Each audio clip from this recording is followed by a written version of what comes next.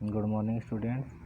आज हम पढ़ेंगे नाथसीवाद और हिटलर का उदय, उसमें मंदी के साल। सन 1924 से 1928 तक जर्मनी में कुछ स्थिरता रही, लेकिन ये स्थिरता मानो रेत के ढेर पर खड़ी थी।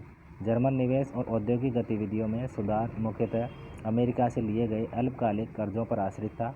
जब 1929 में वॉल स्ट्रीट एक्सचेंज अर्थात शेयर बाजार धराशायी हो गया, तो जर्मनी को मिल रही वह मदद भी रातों रात ही बंद हो गई। कीमतों में गिरावट की आशंका को देखते हुए लोग धड़ाधड़ अपने शेयर बेचने लगे। 24 अक्टूबर को केवल एक दिन में 1.3 करोड़ शेयर बेचे गए। ये आर्थिक महामंदी की शुरुआत थी। 1929 से 1932 तक के अगले 3 सालों में अमेरिका की राष्ट्रीय आय केवल आधी रह गई। फैक्ट्रियां बंद हो गई, निर्यात गिरता जा रहा था, किसानों की हालत खराब हो रही थी और सट्टेबाज बाजार में पैसा खींचते जा रहे थे। अमेरिकी अर्थव्यवस्था में आई इस मंदी का असर दुनिया भर को महसूस हुआ। दुनिया भर पर इसका प्रभाव पड़ा। इस मंदी का सबसे बुरा प्रभाव जर्मन अर्थव्यवस्था पर पड़ा। 1932 में जर्मनी का औद्योगिक उत्पादन 1929 के मुकाबले केवल 40% रह गया था।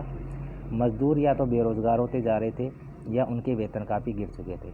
बेरोजगारों की संख्या 60 लाख तक पहुंच चुकी थी।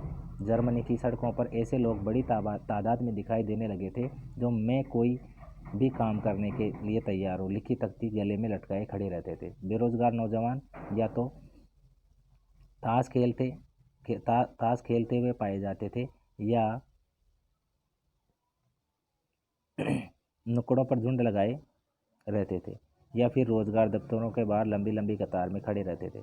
जैसे जैसे रोजगार खत्म होते जा रहे थे, युवा वर्ग आपराधिक गतिविधियों में लिप्त होता जा रहा था। चारों तरफ गहरी हताशा का माहौल था।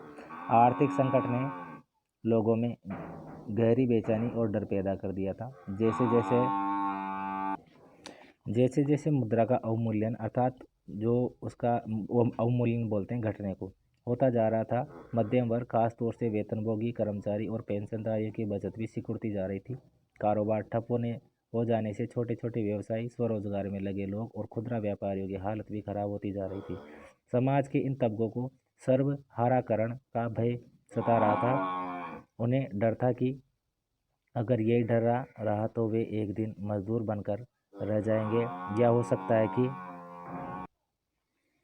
उनके पास कोई रोजगार न रह गया। अब सिर्फ संगठित मजदूरी थे जिनकी हिम्मत टूटी नहीं थी, लेकिन बेरोजगारों की बढ़ती फौज उनकी मोलभाव क्षमता को भी चोट पहुंचा रही थी। बड़े व्यवसाय संकट में थे। किसानों का एक बहुत बड़ा कृषि उत्पादों की कीमतों में बेहिसाब गिरावट की वजह से परेशान था। युवाओं को अपने भविष्य अंधकार में दिखाई दे रहा था। अपने बच्चों का पेट भर पाने में असफल औरतों के दिल भी डूब रहे थे। राजनीतिक स्तर पर वाइमर गणराज्य में कुछ ऐसी कमियां थी जिनकी वजह से गणराज्य कभी भी अस्थिरता और तानाशाही का शिकार बन सकता था। इनमें से एक कमी आनुपातिक प्रतिनिधित्व से संबंधित थी। इस प्रावधान की वजह से किसी एक पार्टी को बहुमत मिलना लगभग नामुमकिन बन गया था। हर बार गठबंधन सरकार सत्ता में आ रही थी। दूसरी समस्या अनुच्छेद 48 की वजह से थी, जिसमें राष्ट्रपति की आपातकाल लागू करने, नागरिक अधिकार रद्द करने और अध्यादेशों के जरिए शासन चलाने का अधिकार दिया गया था। अपने छोटे से जीवन काल में वाइमर गणराज्य का शासन 20 मंत्रिमंडलों के हाथ में रहा और उनकी औसत अवधि 239 दिन से ज़्यादा नहीं रही। इस दौरान अनुच्छेद 48 का भी जमकर इस्तेमाल किया गया, पर इन सारे नुस्खों के बावजूद संकट दूर नहीं हो पाया। लोकतांत्रिक संसदीय प्रणाली में लोगों का विश्वास खत्म होने लगा, क्योंकि वह उनके लिए कोई समाधान नहीं खोज पा रही थी। दूसरा हम पढ़ेंगे हिटलर का उदय। अर्थव्यवस्था, राजनीति और समाज में गहराते जा रहे संकट ने हिटलर के सत्ता में पहुंचने का रास्ता साफ कर दिया। 1889 में ऑस्ट्रिया में जन्मे हिटलर की युवावस्था में बेहद गरीबी से गुजरी थी। रोजी रोटी का कोई जरिया न होने के कारण पहले विश्व युद्ध की शुरुआत में उसने भी अपने नाम फौजी भर्ती के लिए लिखवा दिया था। भर्ती के बाद उसने अग्रिम मोर्चे पर संदेशवाहक का काम किया था। कारपोरेल बना और बहादुरी के लिए उसने कुछ तमगे भी हासिल कर लिए। जर्मन सेना की पराजय ने तो उसे हिला ही दिया था, लेकिन वर्साई की संधि ने उसे आग बबूला कर दिया। 1919 में उसने जर्मन वर्कर्स पार्टी नामक एक छोटे से समूह की सदस्यता ले ली। धीरे धीरे उसने एक संगठन पर अपना नियंत्रण कायम कर लिया और उसने नेशनल सोशलिस्ट पार्टी का नया नाम दिया। इस पार्टी को बाद में नाज़ी पार्टी के नाम से जाना गया। 1923 में हिटलर ने बवेरिया पर कब्जा करने, बर्लिन पर चढ़ाई करने और सत्ता पर कब्जा करने की योजना बना ली। इन दुस्साहसिक योजनाओं में वह असफल रहा। उसे गिरफ्तार कर लिया गया। उस पर देशद्रोह का मुकदमा भी चलाया गया, लेकिन कुछ समय बाद उसे रिहा कर दिया गया। नाज़ी राजनीतिक खेमा 1930 के दशक में शुरुआती सालों तक जनता को बड़े पैमाने पर अपनी तरफ आकर्षित नहीं कर पाया, लेकिन महामंदी के दौरान नाज़ीवाद के एक जन आंदोलन का रूप ग्रहण कर लिया।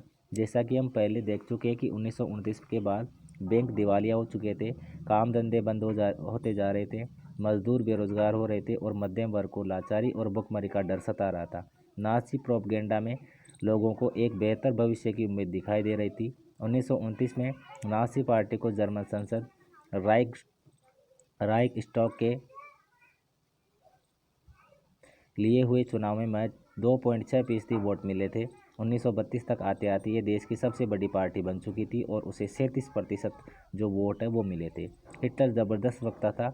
उसका जोश और उसके शब्द लोगों को हिला कर रख देते थे। वह अपने भाषणों में एक शक्तिशाली राष्ट्र की स्थापना, वर्साई की संधि में हुई नाइंसाफ़ी के प्रतिशोध और जर्मन समाज को खोई हुई प्रतिष्ठा वापस दिलाने का आश्वासन देता था। उसका वादा था कि वह बेरोजगारों को रोजगार और नौजवानों को एक सुरक्षित भविष्य देगा। उसने आश्वासन दिया था कि वह देश की विदेशी प्रभाव से मुक्त कराएगा और तमाम विदेशी साजिशों का मुंहतोड़ जवाब देगा। ठीक है, आगे का हम कल की क्लास में पढ़ेंगे।